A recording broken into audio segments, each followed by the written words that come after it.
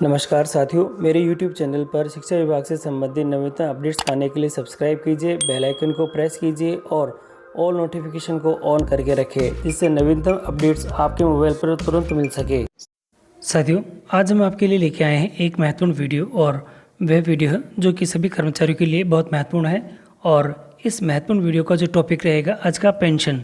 और प्रत्येक कर्मचारी को अपनी सेवानिवृत्ति पर एक जो राशि प्राप्त होती है और पेंशन प्राप्त होती है। तो साथियों, राज्य सेवा के कर्मचारियों के लिए पेंशन का निर्धारण कैसे होता है और 28 साल से पहले सेवानिवृत्त होने पर पेंशन क्या मिलेगी, पेंशन निर्धारण के लिए सूत्र क्या है और कितने साल की सर्विस में पेंशन मिलेगी, और भी बहुत कुछ जानकारी के साथ आज का ये वीडियो है। तो ये वीडियो बहुत महत्वपूर्ण होने वाला है सभी के लिए, तो आप वीडियो को शुरू से अंत तक जरूर देखें। और यदि आप हमारे चैनल पर नए हैं तो चैनल को सब्सक्राइब करके रखिए, जिससे कि इस प्रकार के जो अपडेट हम आपके लिए लेके आते हैं आपको सबसे पहले प्राप्त होते रहे। तो साथियों, शुरू करते हैं आज का वीडियो। मैं हूं आपका होस्ट SM सोनी और आप देख रहे हैं मेरा चैनल सावा टेक्निकल सोनी।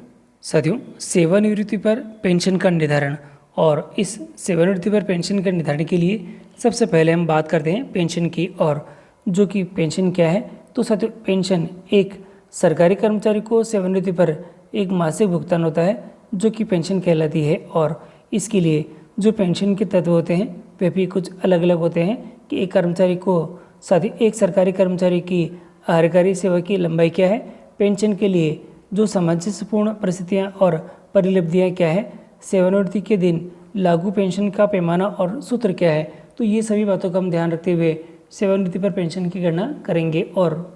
और अब हम बात करते हैं कर्मचारी को दे पेंशन की गणना, यानी कि पेंशन की गणना के लिए जो मुख्य बिंदु है वे क्या क्या रहेंगे। तो अब हम स्टार्ट करते हैं इसको। पेंशन की गणना कर्मचारी को सेवानिवृत्ति के समय देय परिलब्धियों व पूर्ण की गई पेंशन योग्य आहारकारी सेवा के आधार पर की जाती है, यानी कि उसने कितने साल सर्विस की है उसके आधार पर है। और यहाँ दे रखा है, यहाँ ये उल्लेखनीय है कि नियमानुसार सेवानिवृत्ति पर कम से कम 10 वर्ष की पेंशन योग्य सेवा पूर्ण करने पर ही मासिक पेंशन की देयता बनती है।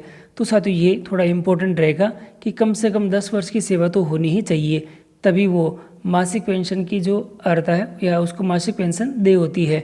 10 वर्ष से कम अवधि की पेंशन योग्य सेवक होने पर एक मुश्त सेवा उपदान, साथियों एक मुश्त जो सेवा उपदान है यानी कि सर्विस ग्रेजुटी है, वही उसको नियमानुसार दे होती है।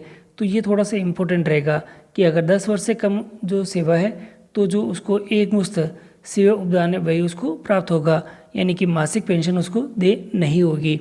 और यहाँ दे रखा है विभिन्न प्रकार के पेंशनों, जैसे कि अर्धवार्षिकी, अधिवार्षिकी है, सेवानिवृत्ति है, असमर्था है व क्षतिपूरक पेंशन आदि के मामलों में पेंशन की देयता को निम्न भागों में व्यक्त कर सकते हैं।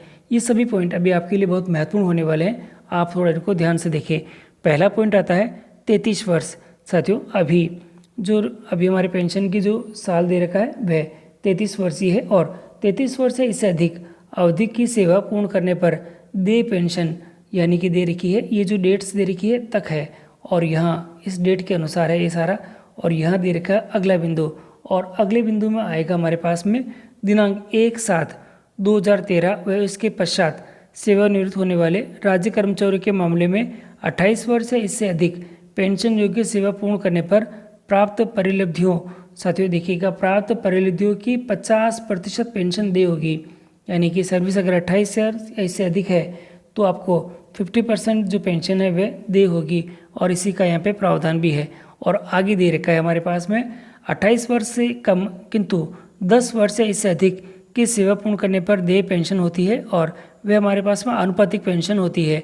और यहाँ दे रखी है 10 वर्ष से कम अवधि की सेवा पूर्ण करने पर एक देय मुश्त, साथियों एक मुश्त जो पेंशन अनुलाभ है वही उसको प्राप्त होते हैं। तो ये थोड़ा सा ध्यान रखिएगा।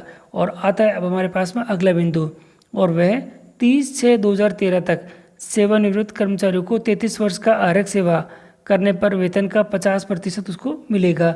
और अगला बिंदु दे रखा है 1/7/2013 व उसके पश्चात 28 वर्ष से अधिक की सेवा पूर्ण करने पर दे जो मासिक पेंशन है उसे प्राप्त होगी। तो ये थोड़े से इंपॉर्टेंट पॉइंट्स है, यानी कि पेंशन किस किस कंडीशन में कितनी कितनी दे होती है आपकी सर्विस पर निर्भर करती है। आपकी सर्विस जिस प्रकार की है तो आपको पेंशन भी उस प्रकार की मिलेगी।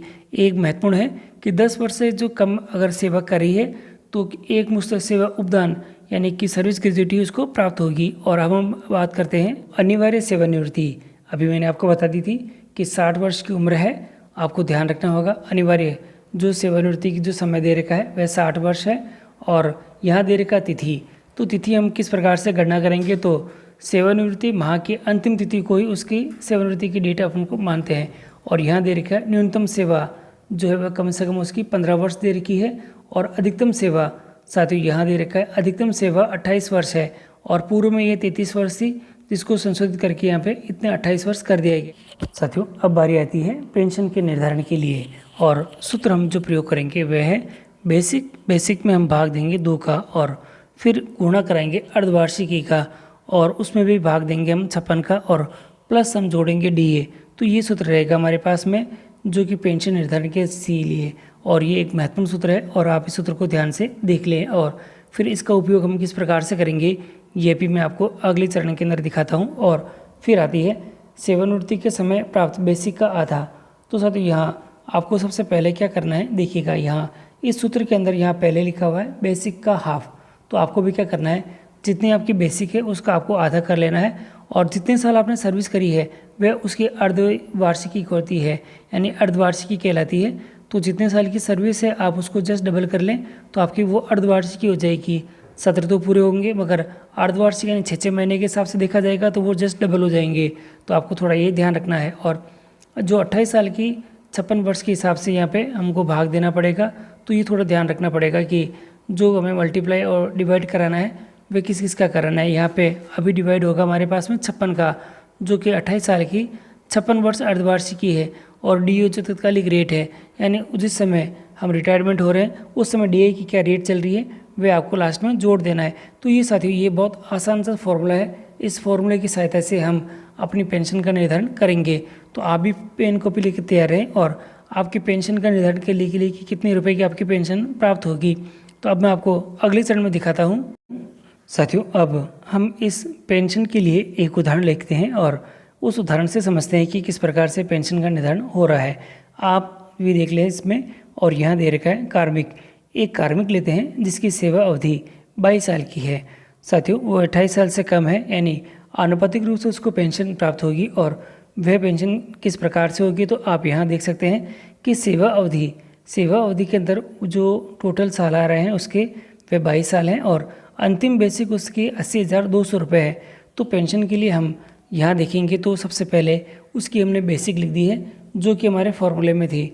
हमने बेसिक लिख दी है और बेसिक लिख के उसका हाफ कर दिया है, यहाँ हो चुकी है। और क्योंकि यहाँ पे उसकी जो साल है, यानी कि उसने जो टोटल जो सर्विस करी है वह 22 साल है, तो उसकी अर्धवार्षिकी यहाँ पे आ जाएगी हमारे पास में 44। तो आप थोड़ा ध्यान से देख लें कि यहाँ कितनी आ रही है, उसकी 44 आ गई है। और भाग देना है हमें 56 का। तो हमारे पास जो आंसर आएगा वह आएगा 31,508 राउंड फिगर के अंदर है। और पेंशन का भुगतान करने के लिए अब हमारे पास में 2 चीज़ें होनी चाहिए। एक तो उसकी पेंशन होनी चाहिए जो कि अभी हमने निकाल दी है, और प्लस उसका डीए परसेंटेज, यानी जिस समय वो रिटायरमेंट हो रहा है उसमें उस समय डीए की रेट क्या चल रही है तो वो उसके अंदर जोड़ दिया जाएगा। तो इस प्रकार दोनों की जो राशि का योग होगा वह उसकी पेंशन के रूप में उसको प्राप्त होगी। तो आपने देखा कि किस प्रकार हमने आपको उदाहरण के माध्यम से समझाया कि अगर एक कार्मिक अगर उसकी सेवा अवधि 22 साल है और अंतिम बेसिक जो कि हमने आपको बताई है उदाहरण के रूप में, तो उसकी पेंशन का निर्धारण किस प्रकार से होगा। और यहाँ कुछ महत्वपूर्ण तथ्य है जो हमने आपको बताए हैं। साथियों पेंशन के संबंध में और भी डिटेल्ड है, तो आपको अगले वीडियो के अंदर मैं आपको इसके बारे में और डिटेल में बताऊंगा कि किस प्रकार से इसके जो अदर पॉइंट है वो भी वर्क करते हैं पेंशन निर्धारण के समय में। तो साथियों वीडियो अगर आपको अच्छा लगा है तो लाइक कीजिएगा, चैनल पर नए हैं तो चैनल को सब्सक्राइब कीजिएगा, जिससे कि अपडेट आपको हमेशा प्राप्त होते रहें। और सभी साथियों को ये पेंशन के संबंध में जो महत्वपूर्ण वीडियो है सभी को शेयर करना न भूलें।